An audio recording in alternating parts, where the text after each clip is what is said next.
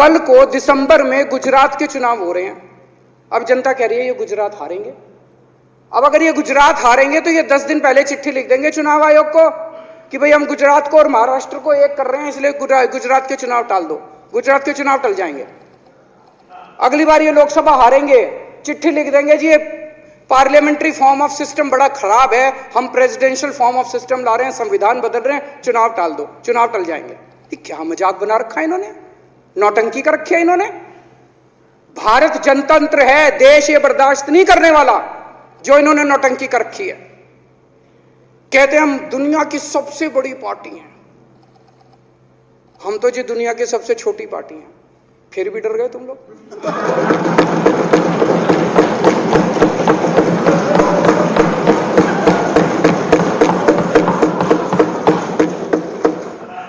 दुनिया की सबसे बड़ी पार्टी दुनिया की सबसे छोटी पार्टी से डर के भाग गई। क्या कायर हो यार। हिम्मत है तो चुनाव लड़के दिखाओ बीजेपी वालों, मान जाएंगे तुम। हिम्मत है तो चुनाव लड़के दिखाओ। कहते हो 56 इंच का सीना है, नहीं तो मान लो 56 इंच का सीना नहीं है, झूठ। नहीं तो मान लो कुर्ते के नीचे 56 इंच का सीना नहीं है, झूठ है ये। कल मैंने देखा, आपको भी बुरा लगा, मैं आपके कमरे में जब चाय पीने आया आपने मेरे साथ अपना दुख शेयर किया कि जब एलजी साहब ने भाषण शुरू किया ये सारे खड़े हो गए नारे लगाने। क्या कश्मीर फाइल्स टैक्स फ्री करो, और पीछे से 2 जने कह रहे थे दारू की दुकानें बंद करो।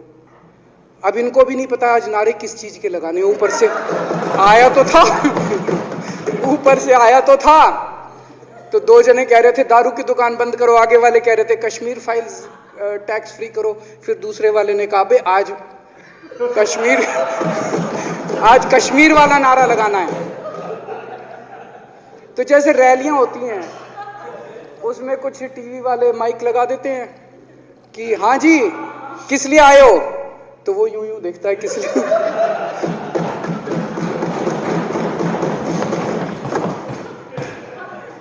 क्या हाल बना दिया इनका। इसलिए थोड़ी राजनीति में आए थे, इसलिए थोड़ी राजनीति में आए थे। एक पिक्चर आई थी बंटी और बबली, उस पिक्चर में एक सीन था, कुछ लोग एक नेता के घर के सामने जाते हैं, हमारी मांगे पूरी करो, हमारी मांगे पूरी करो। नेता बाहर आता है, कहता है क्या मांगे हैं, तो सारे एक दूसरे की तरफ, इनको पता ही नहीं क्या मांगे। आज सारे देश की सारी भारतीय जनता पार्टी एक पिक्चर के पोस्टर लगा रही है गली गली में जाके। पूरी सारी भारतीय जनता पार्टी देश में एक पिक्चर के पोस्टर लगा रही है। इसलिए राजनीति करने आए थे। पिक्चरों के पोस्टर, अपने बच्चों को क्या जवाब दोगे? घर जाके बच्चे पूछेंगे पापा क्या काम करते हो? पिक्चरों के पोस्टर लगाता हूं।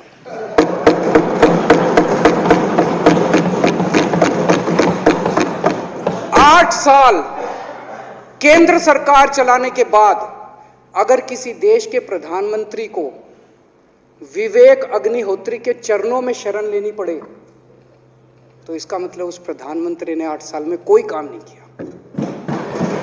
8 साल खराब कर दिए। बताओ, विवेक अग्निहोत्री के चरणों में उनको शरण लेनी पड़ रही है, बचा लो बचा लो बचा लो। अगर किसी प्रधानमंत्री को कह रहे हैं कश्मीर फाइल्स टैक्स फ्री करो, अरे यूट्यूब पे डाल दो, फ्री हो जाएगी। टैक्स फ्री क्यों करा रहे हो? इतना ही तुमको शौक है, विवेक अग्निहोत्री को बोलो यूट्यूब पे डाल देगा, सारी पिक्चर फ्री है, सारे जने देख लेंगे एक ही दिन के अंदर। टैक्स फ्री की क्या जरूरत है?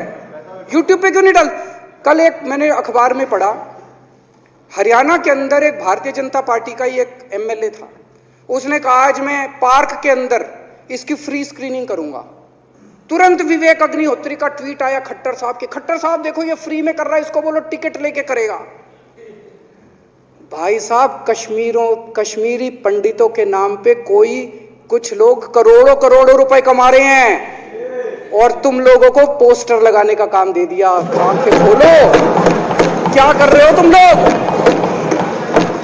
वो करोड़ों कमा गया, कश्मीरी पंडितों के नाम पे करोड़ों कमा गया और तुम लोग पोस्टर लगाते रह गए। क्या हाल बना दिया तुम लोगों का यार। आंखें खोलो तुम लोग।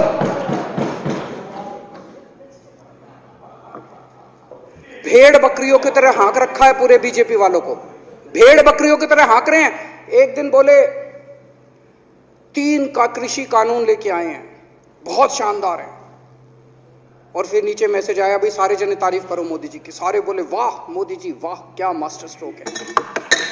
और मेरे को याद है इसी सदन के अंदर इन लोगों ने उन तीनों कानूनों की खूब तारीफ की थी, बोले क्या मास्टर स्ट्रोक है और क्या शानदार कानून लेके आए। 1 साल के बाद फिर आया भाई तीनों कानून वापस ले लिए, बोलो फिर तारीफ करो मोदी जी की, भाई कानून बेकार थे मोदी जी क्या। इसी सदन के अंदर इन लोगों ने इतनी बेशर्मी, दिमाग पे ताला लगा रखा, इन्होंने कहा वाह मोदी जी वाह, क्या तीनों कानून खराब थे आपने वापस ले लिया, देश को बचा लिया। क्या मास्टर स्ट्रोक, ये क्या हाल बना दिया आप लोगों का यार।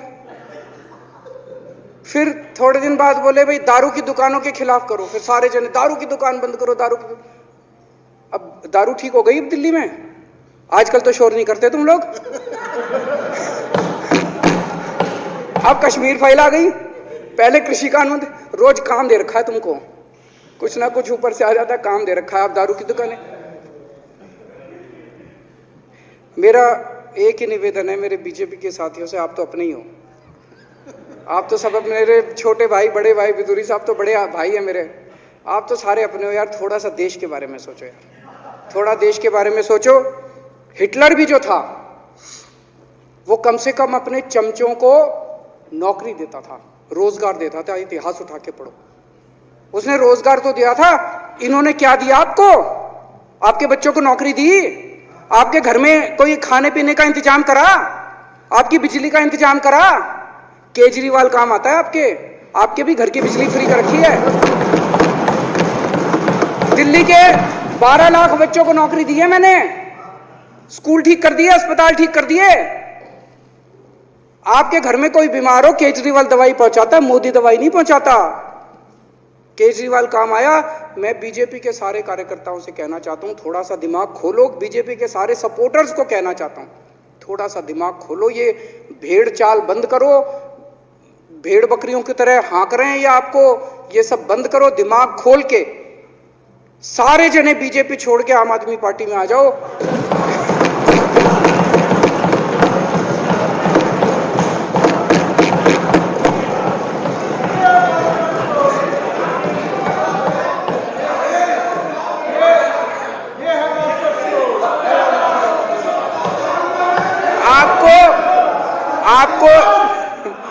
आपको इज्जत मिलेगी, सम्मान मिलेगा, आपसे कतई झूठे नारे नहीं लगवाएंगे। राष्ट्र निर्माण में आपको साथ लेंगे, हम राष्ट्र निर्माण करेंगे आपके साथ मिलकर। ये पोस्टर भी नहीं लगवाएंगे झूठी फिल्मों के।